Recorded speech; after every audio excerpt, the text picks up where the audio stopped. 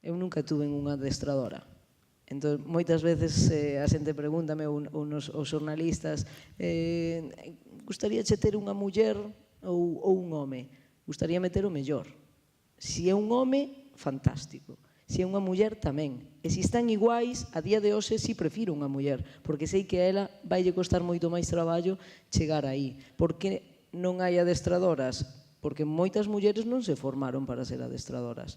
Por que non se formaban? Porque sabían que non iban a ter a oportunidade de poder exercer.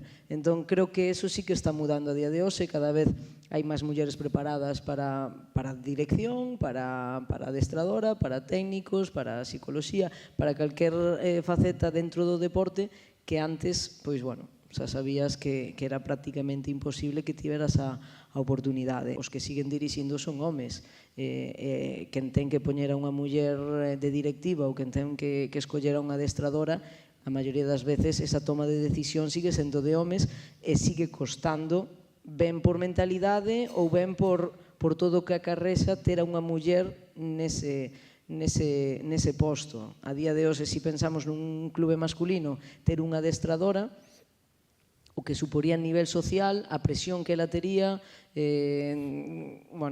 sería, a día de hoxe sería realmente complicado. E para o directivo, home, na maioría dos casos, ter que tomar esa decisión tampouco é unha decisión doada. Entón, creo que nos próximos anos, tendo máis muller preparadas e tendo máis homes directivos valientes e quizáis tamén máis directivas, ese cambio sexa máis fácil.